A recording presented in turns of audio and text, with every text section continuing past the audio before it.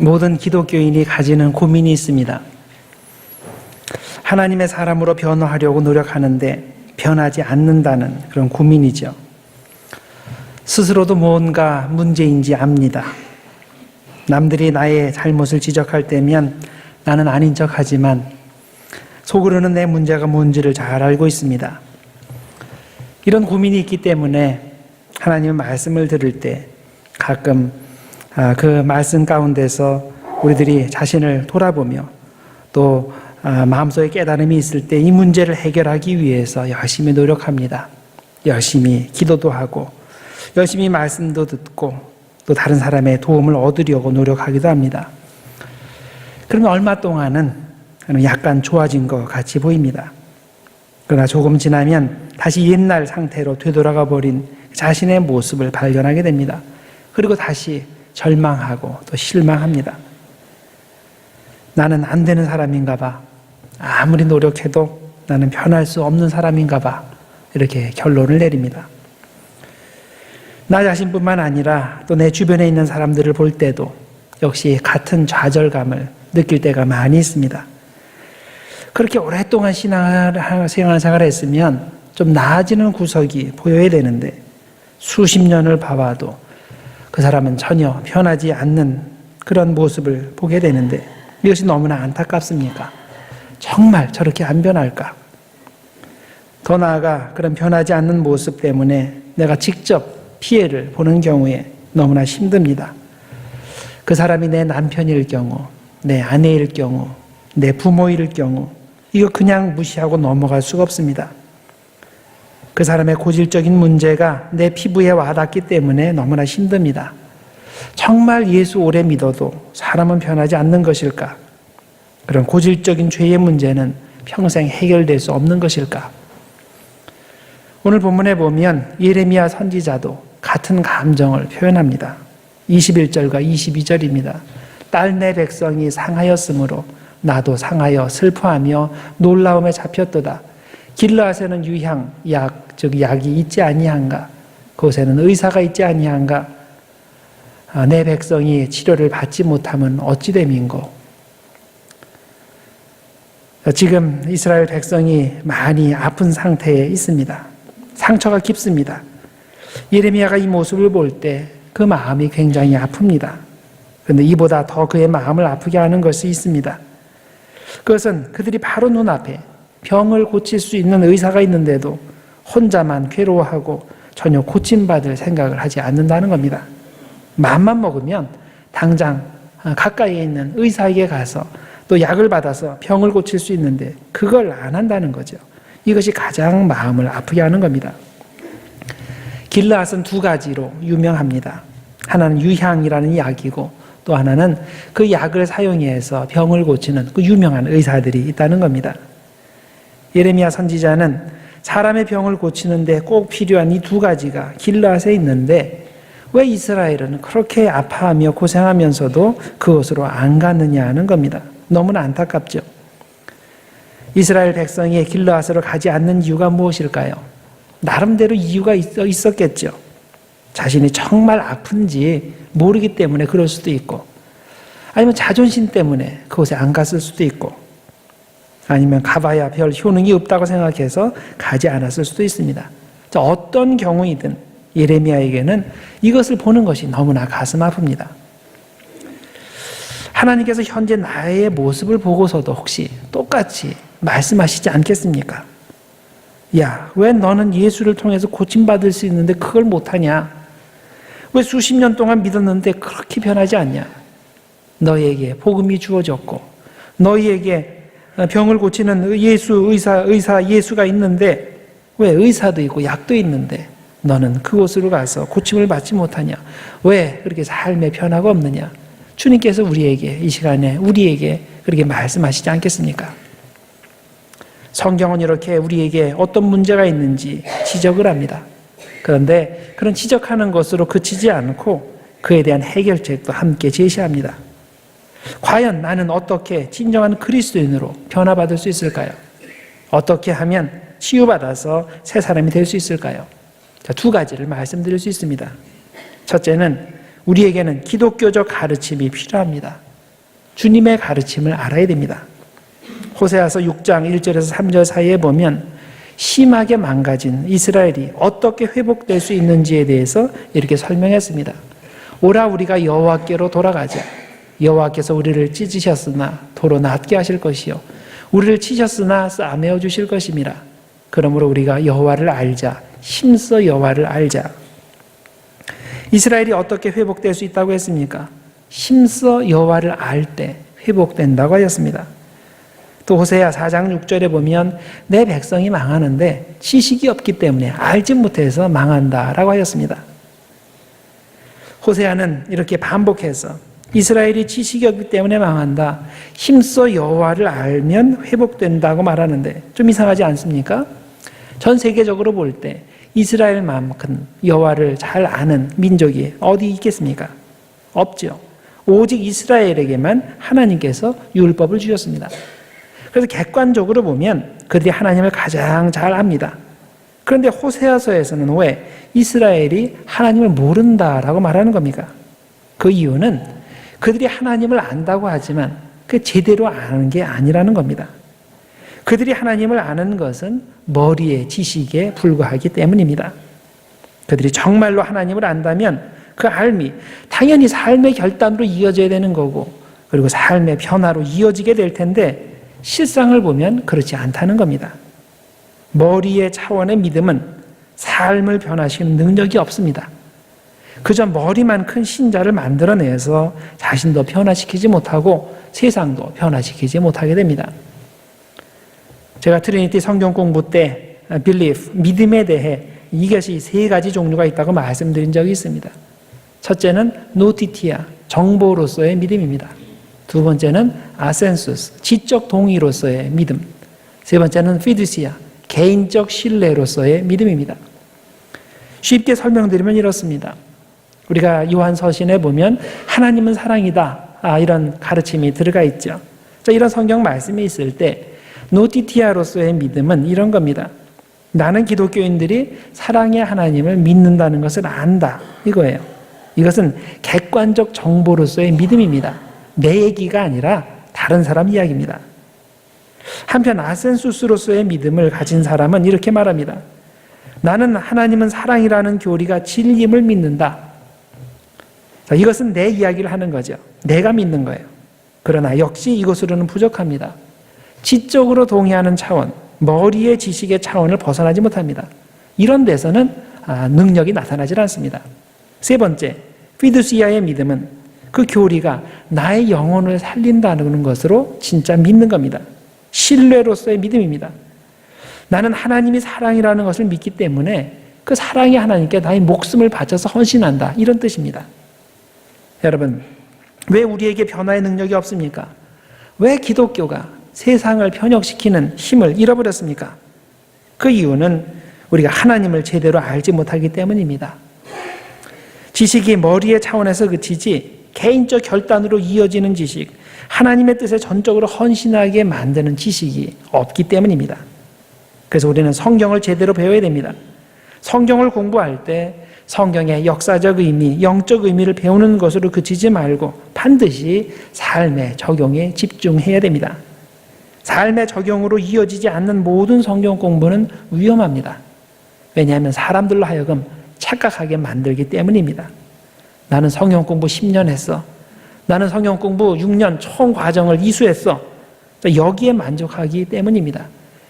그걸 하면 그러면 나는 초신자가 된 것으로 착각하기 때문입니다. 그렇지 않죠. 그 배운 말씀이 자신의 그 배운 말씀에 자신의 인생을 바치지 않으면, 그 말씀을 자신의 삶에 적용하기 위해 모든 것을 바치는 결단이 없으면 그 성경 공부가, 성경 읽기, 또 설교 듣는 것, 이런 것들이 나에게 아무 소용이 없는 겁니다. 머리로서의 성경 지식으로 그치기 때문에 하나님의 능력이 나타나지 않고 삶의 변화가 없는 겁니다. 우리는 제대로 배워야 됩니다. 제대로 알아야 됩니다. 우리가 머리로서의 지식으로 그치지 말고 반드시 삶으로 연결되는 그런 지식을 얻어야 됩니다. 그 다음에 두 번째로, 우리에게 변화의 능력이 있기 위해서는 기독교적 훈련이 필요합니다. 기독교 전통에 이런 중요한 표현이 전해집니다. The soul and the body make a man. 사람을 만드는 것은 혼과 몸이다. 그러나 the soul and discipline make a Christian. 자, 기독교인을 만드는 것은 영과 훈련이다. 이게 훈련이 강조가 되고 있죠. 자, 우리에게 왜 삶의 변화가 없습니까? 그 이유는 신앙의 훈련이 없기 때문입니다. 그냥 교회에 왔다 갔다만 했지 제대로 된 훈련 프로그램에 참여하지 않기 때문입니다. 여러분, 정말로 여러분들 삶이 변화받기를 원하십니까? 여러분들도 여러분들 삶에서 하나님의 능력이 나타나는 것을 체험하고 싶습니까? 그러면 왔다 갔다만 하지 마시고 훈련을 받으셔야 됩니다. 적극적으로 훈련에 참여하셔야 됩니다. 그래야 죄의 습관이 점점 없어집니다. 여러분, 좋은 군인이 하루아침에 만들어집니까? 끊임없는 훈련을 통해서 점점 훌륭한 군인으로 만들어지죠. 운동선수가 하루아침에 만들어집니까? 그렇지 않죠. 끊임없는 반복되는 연습을 통해서 좋은 운동선수가 만들어집니다. 우리의 신앙은 어떻게 만들어질까요? 그냥 일순간에 만들어집니까? 그렇지 않아요. 역시 꾸준한 훈련을 통해서 연습을 통해서 좋은 신앙인이 만들어지는 겁니다. 디모데전서 4장 7절과 8절에 보면 기독교적 훈련에 대해서 이렇게 설명을 합니다.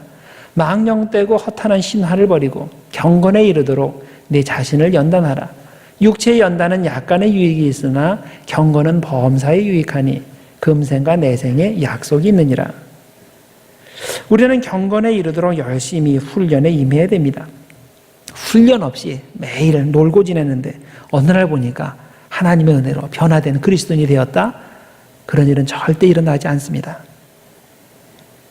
그냥 훈련에 참여하지 않고 교회만 왔다 갔다 했는데 어느 날 보니까 내 삶에 하나님의 능력이 나타나서 내 삶이 변화되었다?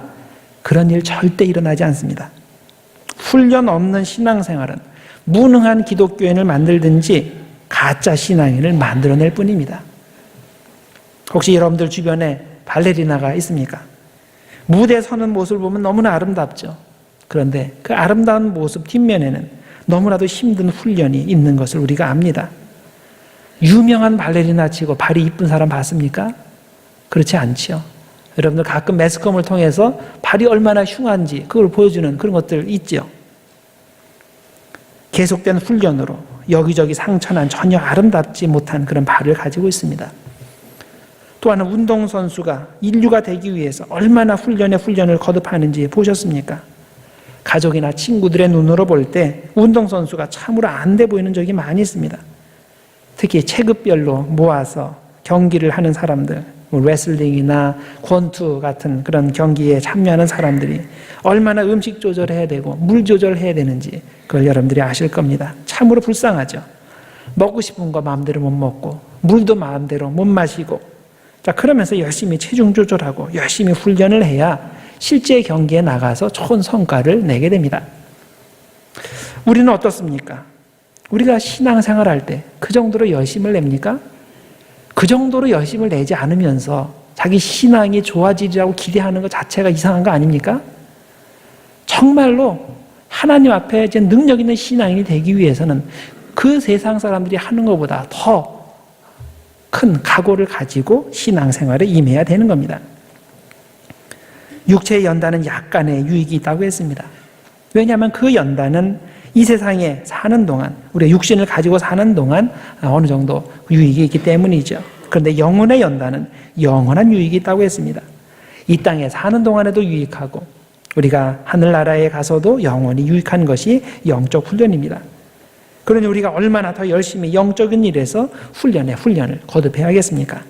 레슬링 선수보다 더 열심히 훈련하고, 권수 선수보다 더 열심히 훈련하고, 발레리나보다 더 열심히 자신을 훈련해야 되는 겁니다. 자, 그러면 우리가 열심히 훈련해야 하는 경건이 구체적으로 뭘 말하는 것일까요? 기도의 훈련, 말씀 묵상의 훈련, 예배의 훈련, 찬양의 훈련, 전도의 훈련, 자, 이런 것들을 말합니까? 맞습니다. 자, 그런 것들이 우리가 훈련해야 하는 그런 경건의 내용들입니다. 그런데 그런 것들이 경건의 전부가 되는 것이 아니라는 것도 알아야 됩니다. 경건에는 개인적 측면과 사회적 측면이 언제나 함께 있다는 것을 알고 계셔야 됩니다. 성경에서 가르치는 경건이 무엇인지는 야고보서 1장 27절이 잘 요약해서 설명해 주고 있습니다.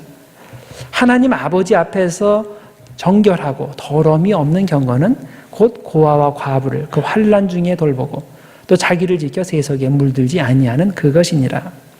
자, 여기에 보면 하나님 아버지 앞에서 정결하고 더러움이 없는 경건, 진짜 경건, 이게 뭐냐? 두 가지로 설명하고 있죠.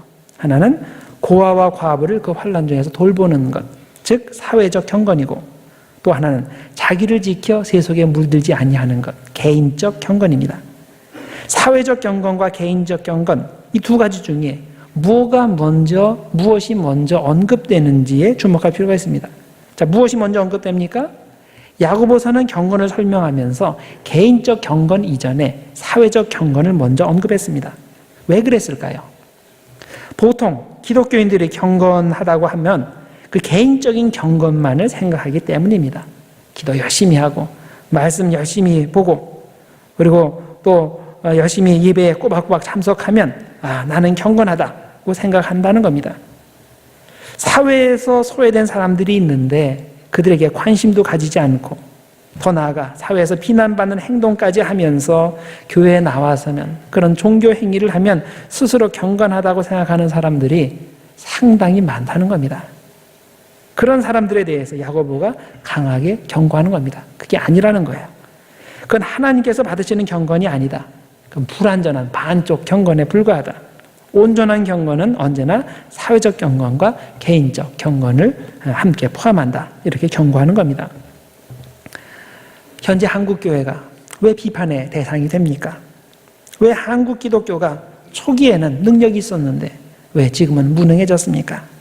그 이유는 교회가 사회적 경건을 잃어버렸기 때문입니다. 교회 안에서만 경건하면 되는 것으로 착각했기 때문입니다.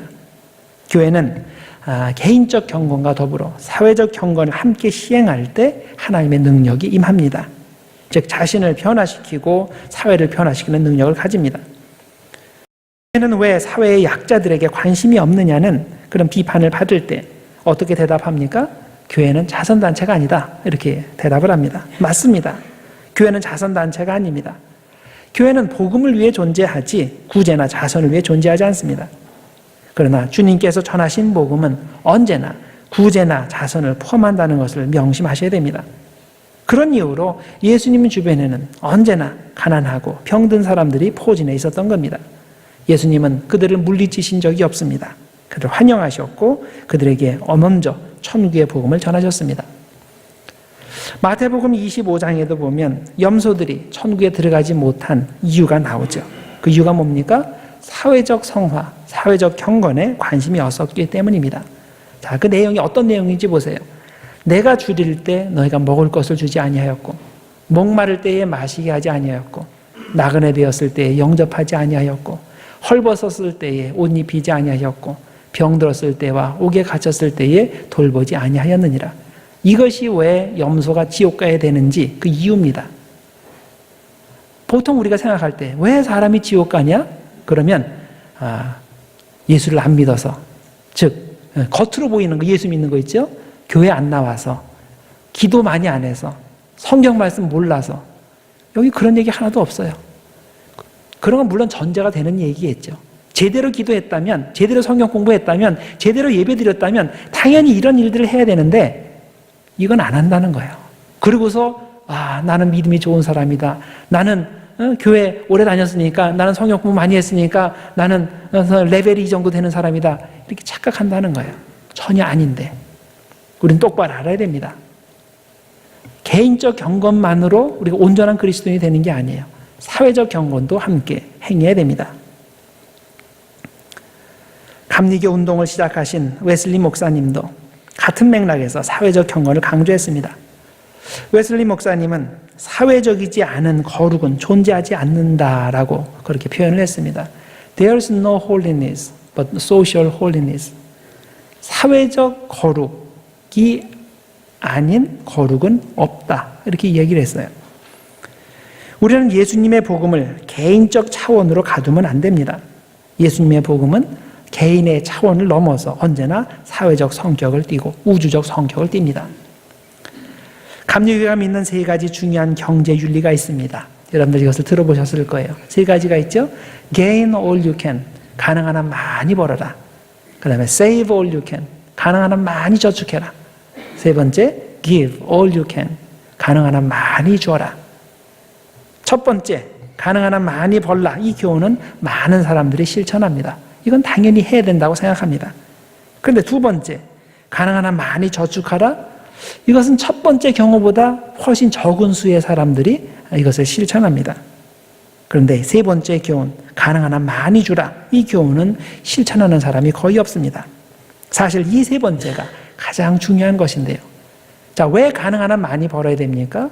왜 가능한 한 많이 저축해야 됩니까? 세 번째 이유 때문이에요. 가능한 한 많이 주기 위해서 우리가 그렇게 해야 되는 겁니다. 이것이 성경적 원리입니다. 교회가 이것을 가르치지 않고 또 스스로도 부를 축적하기 때문에 부패하게 되는 것이고 변화의 능력을 상실하게 되는 겁니다. 교회는 개인적 경건과 사회적 경건을 함께 유지할 때에만 변화의 능력을 가지게 됩니다. 주님은 마태복음 5장 13절에서 16절 사이에서 기독교 신앙의 사회성을 이렇게 강조하셨습니다. 여기 두 가지, 소금이라는 이미지와 빛이라는 이미지를 사용하죠. 너희는 세상의 소금이니 소금이 만일 그 맛을 잃으면 무엇으로 짜게 하리요? 후에는 아무 쓸데없어 다만 밖에 버려져 사람에게 밝힐 뿐이니라. 또 너희는 세상의 빛이라. 산 위에 있는 동네가 숨겨지지 못할 것이요 사람이 등불을 켜서 말 아래에 두지 아니하고 등경 위에 두나니 이러므로 집안 모든 사람에게 비치느니라. 이같이 너희 빛이 사람 앞에 비치게 하여 그들로 너희 착한 행실을 보고 하늘에 계신 너희 아버지께 영광을 돌리게 하라. 여기에 보면 기독교인은 세상의 빛이고 세상의 소금이라고 하였습니다. 이것은 기독교의 사회성을 말하는 것이고 동시에 사회 안에서의 경건이 기독교인의 존재 방식이라는 뜻입니다. 제대로 된 기독교인은 어두운 곳에 들어가서 그리스도의 빛을 비춰야 하고 부패한 곳에 들어가서 소금의 역할을 해야 마땅한 겁니다. 그럴 때 변화의 능력을 가진 기독교, 변화의 능력이 있는 기독교인들이 되는 것입니다. 여러분, 길르앗에 유향이 있고 의사가 있는 것처럼 기독교에는 생명의 복음이 있고 의사이신 예수님이 계십니다. 당연히 우리는 그 예수님에게로 가서 고침을 받아야 됩니다. 복음은 변화의 능력이 있습니다. 내가 복음을 믿고 순종하면 당연히 내 삶이 변하고 내가 속한 사회가 변합니다. 주님의 복음은 개인적 경건과 더불어 사회적 경건을 가르칩니다. 개인적 경건 없이 사회적 성화만 추구하면 마치 엔진이 꺼진 그런 자동차처럼 가다가 서버립니다.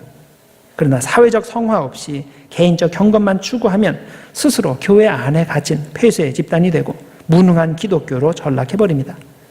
그래서 온전한 신앙은 개인적 경건과 사회적 경건을 함께 실천한다는 것을 명심하시기 바랍니다. 그래서 그런 온전한 경건을 가르치는 온전한 복음을 믿으시고 그 복음을 여러분의 삶에서 실천하심으로써 개인이 변하고 또 사회가 변하는 복을 체험하는 우리들 모두 되기를 주님의 이름으로 축원합니다. 기도하겠습니다. 하나님 아버지 감사합니다. 오늘 우리가 기독교가 무능한 이유를 생각해 보았습니다. 왜 기독교인이 변화된 삶을 살지 못하고 사회도 변화시키지 못하는지 그 이유를 생각해 보았습니다. 주님께서 성경을 통해 가르치신 경건은 언제나 개인적 경건과 사회적 경건을 함께 포함한다는 것을 배웠습니다. 교회가 세상의 지탄을 받는 이 시대에 더욱더 기독교인의 본분을 깨닫게 하시고 개인적 경건과 사회적 경건을 회복하게 하여 주옵소서. 그래서 성령의 능력이 많은 교회, 개인을 변화시키고 사회를 변화시키는 능력의 기독교를 회복하게 하여 주옵소서. 예수님의 이름으로 기도드립나이다. 아멘.